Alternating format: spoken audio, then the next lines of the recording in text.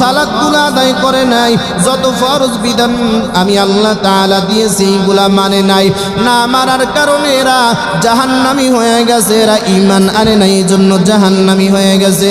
এই জন্য এরা এদের জান্নাত পাবে না, বরং এরা পাবে জাহান্নাম। কথা বলেন ঠিক নেবে ঠিক? এই জন্য আমরা সবাই জান্নাতে যাইতে চাই নাকি? জান্নাতে যাইতে চাই না জাহান্নামে যাইতে চাই? আরো চিল্লায় বলেন, জান্নাতে যাইতে চাও না জাহান্নামে যাইতে চাও? আল্লাহ তাআলা জাহান্নামের কথা, আল্লাহ তাআলা এই দুনিয়ার কিয়ামতের কথা কত সুন্দর কইরা জিলজালের ভিতরে বইলা দিছে।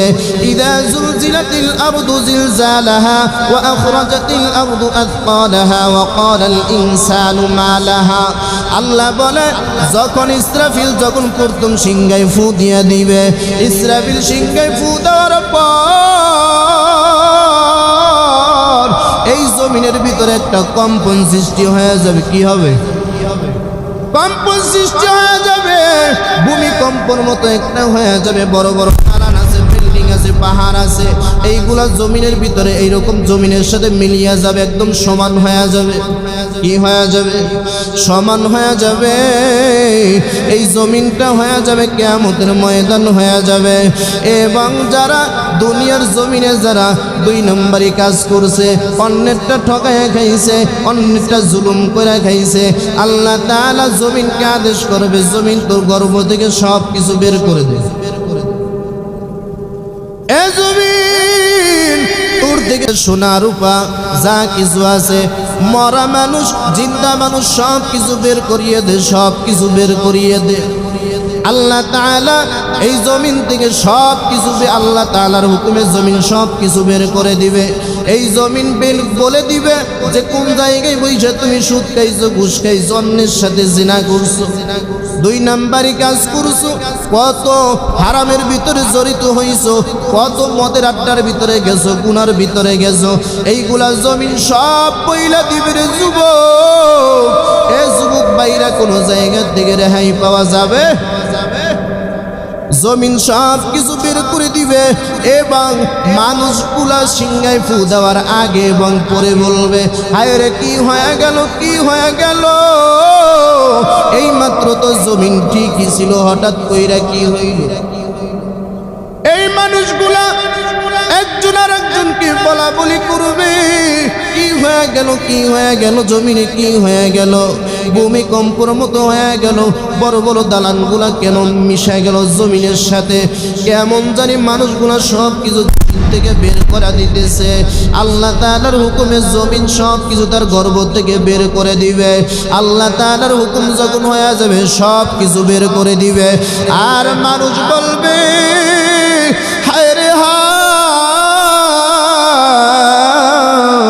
এই সোনা রূপা, এই সোনার জন্য, রূপার জন্য, এই জমিনের জন্য আমরা কত বাহাদুরি করছি, একজনের সাথে জুলুম করছি, একজনের সাথে কত অন্যায় করছি, একজনকে কত মারা মারছি, কত আঘাত করছি, জেল জুলুম করছি, মামলা করছি, কত মোকদ্দমা করছি, কত কিছু করছি।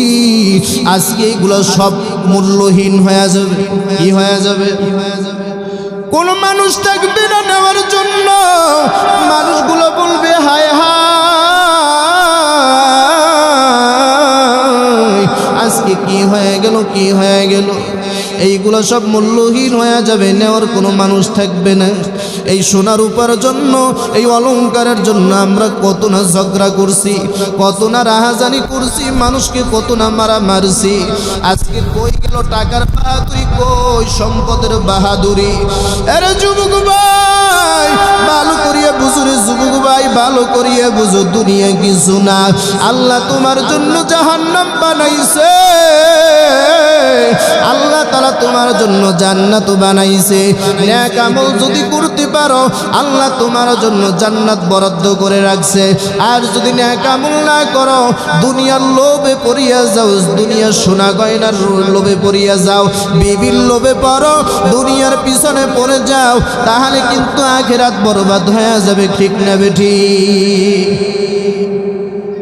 আল্লাহ কইরে গুলাম, এরে গুলাম ভালো করিয়া শুন, ভালো করিয়া শুন।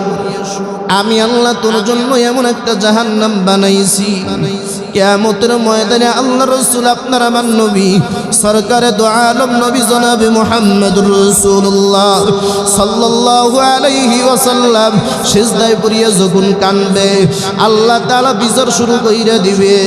আল্লাহ তাআলা যখন বিচার শুরু কইরা দিবে, আল্লাহ তাআলা কিয়ামতের ময়দান যখন কায়েম কইরা ফেলবে, আল্লাহ তাআলা বলবে ওয়ামতাজুল ইয়াউমা আইয়ুহাল মুজরিমুন, এ নাফরমানে মুজরিমের দল, আজকে কে কোথায় আসো, আয় আয় আয়, আজকে কে কোথায় বসিয়া বাহাদুরি করো, আজকে আয় আয়, রাজত্ব তো আমি মালিকের, এই রাজত্ব তো আজকে আমি মাওলার, লিমানিল মুলকুল ইয়াউম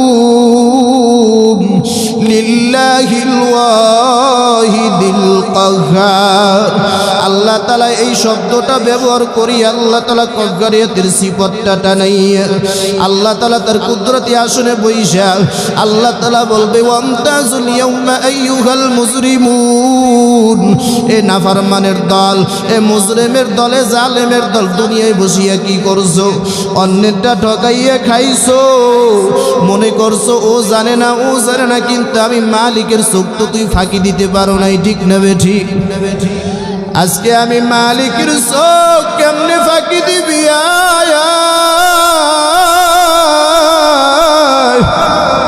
আজকে চোখ ফাঁকি দেওয়ার কোনো সুযোগ নাই।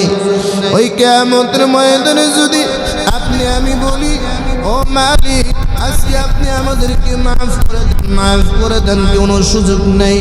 যদি আপনি আমি পালায়ন করি, পালায়ন করার কোনো জায়গা নাই, পালায়ন করার কোনো জায়গা নাই রে বাবা। সূর্যটা মাথার উপরে থাকবে, আহারে সূর্যটা মাথার উপরে থাকবে, নাফরমান বেঈমান,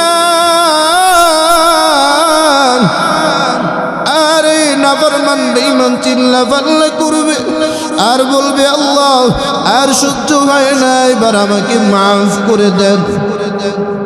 আল্লাহ তাআলা বলবে রে গোলাম, এ নাফরমান, এ জালিমের দল, এ মুজরিমের দল, দুনিয়ায় আমি আল্লাহ তাআলা কত নাজ নিয়ামত তোকে আমি দিয়েছি, কিন্তু তুই ওই নাজ নিয়ামত ভোগ করছো। ভোগ করার পর কিন্তু আমি মালিকের কোনো গান গাও নাই, আমি মালিক যেইগুলো আদেশ করছি ওইগুলা মানো নাই।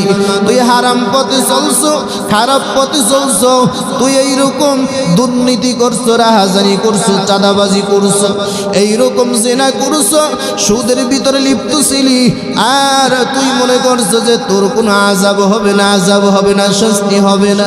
তোর কাছে কত ওলামায়ে কেরাম কত বয়ান দিছে, কত তোর সামনে গিয়ে বয়ান দিছে, কিন্তু তুই মানো নাই, বোঝার চেষ্টাও করো না।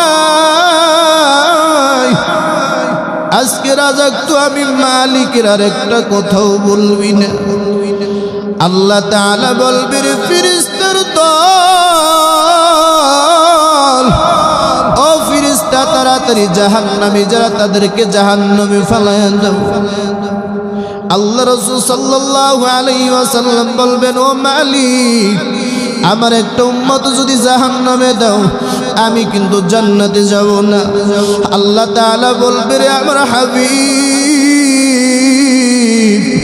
ও হাবিব গো আমার নবী, আপনি তাড়াতাড়ি মাথাটা জাগান, মাথাটা উঁচু করেন। ও পয়গম্বর, আপনি মাথাটা উঁচু করেন, একমাত্র আপনার আমার নবী আপনার আমার জন্য সুপারিশ করবে। বাকি নবীরা তাদের উম্মতের কথা বইলে তারা নিজেদের নিজেদের জীবন নিয়ে নিজেরা বাঁচবে আর বলবে ইয়া নফসি ইয়া নফসি, আমার জীবন নিয়ে আজকে আমি বাঁচি, আমি বাঁচি, আজকে আমার কি অবস্থা হবে, আজকে আমার কি অবস্থা হবে, কি অবস্থা হবে। এ যুবক ভাই ভালো করিয়া বুঝরে, যুবক ভালো করিয়া বুঝো, এই জান্নাতের বাগানে আইছো, এই জান্নাতের বাগান দিয়ে কি নিয়ে যাবে একটু ভাবিয়া চিন্তা বুঝো। এ যুবক ভাইরা ভালো করিয়া বুঝো, আর গুনাহ করিও না। ও যুবক ভাই একবার নিজের চিন্তা করো, ময়দানে যদি নবীরা পর্যন্ত ইয়া নফসি বলে, তাহলে তোমার আমার কি অবস্থা হবে? একবার তুমি আমি কি একবারও বালিশের সাথে মাথা লাগাইছি? একবার বালিশের সাথে মাথা লাগাইয়া একবার তুমি ভাবিয়া চিন্তা দেখিও, আমি দুনিয়ায় কি করলাম? এই দুনিয়ায় আমি কত নেক আমল করেছি, কোন ভালো কাজ করেছি। আজকে তো আমার জীবনটা চলে যাইতেছে, হেলায় হেলায় চলে যায়, হেলায় হেলায় চলে যায়। আজকে কোনো নেক আমল করতে পারি না। ও যুবক ভাই, একটু বালিশের সাথে মাথাটা লাগাইয়া তুমি ভাইও, আল্লাহ তাআলা কত সুন্দরভাবে তোমারে নাজ নেয়ামত দিতেছে, কত সুন্দরভাবে আল্লাহ তাআলা রিজিক দিতেছে। তোমার চেহারাটা কত সুন্দর বানাইছে, তোমার চক্ষুটা আল্লাহ কত সুন্দর বানাইয়া দিছে। আল্লাহ তাআলা তোমার হাত দুইটা কত সুন্দর বানাইছে। আল্লাহ পারতো তোমার হাতটাকে অপস বানাইয়া দিতে, জবানটাকে অপস বানাইয়া দিতে, পারতো কি পারতো না? আরো চিল্লায় বলেন, পারতো কি পারতো না? আল্লাহ তাআলা কত আযাব দিয়ে আপনাকে আমাকে ফালাইতে পারতো, কিন্তু আল্লাহ তাআলা আপনাকে আমাকে আযাব দেয় নাই। আল্লাহ তাআলা কয়, গোলাম রে, আমি আল্লাহ তাআলা তোরে কত নিয়ামত দিলাম, কত নিয়ামত দিলাম। তুই যেই সময় চাইছো ওই সময় আমি আল্লাহ তাআলা নিয়ামত দিয়া ভরপুর করে দিছি। এ বান্দারে, তোরে আমি কত নিয়ামত দিছি, তোর হাতটাকে আমি সুন্দর রাখছি। তুই যেই সময় যা চাইছো আমি আল্লাহ তাআলা তা দিয়ে দিছি। কিন্তু আমি আল্লাহ, কিন্তু তোর কাছে আমি চাইছি 5 ওয়াক্ত নামাজে আমি মালিক রে আসি একবার আল্লাহ কইয়া ডাক দিস। এ যুবক ভাইরা, ও বৃদ্ধ বাবাজিরা, আমার আল্লাহ কয় কত মায়া করিয়া তোরে বানাইছি, কত দয়া দিয়ে তোরে বানাইছি। তোর চেহারাটা কত সুন্দর কইরা আমি আল্লাহ তাআলা বানাইছি। আমি আল্লাহ তাআলা তোর হাত বানাই নাই, আমি আল্লাহ তাআলা তোর পা বানাই নাই। সম্পূর্ণ ফেরেশতা বানানোর পর আমি বলছি ফেরেশতা জবানটাকে আমি আল্লাহ বানাবো, আমি আল্লাহ তাআলা বান্দার নাকের সুরাতটা বানাবো, আমি আল্লাহ তাআলা বান্দার চোখটা সুন্দরভাবে বানাবো, আমি আল্লাহ তাআলা বান্দার ঠোঁট দুইটা সুন্দরভাবে বানায় দিব। আমি মালিককে ওই বান্দা জবান দিয়া আল্লাহ কইয়া ডাক দিবে। এ যুবক ভাই, বৃদ্ধ বাবাজি, আমার মালিককে একবার ডাক দাও না আল্লাহ, আর চিল্লায় ডাক দাও আল্লাহ।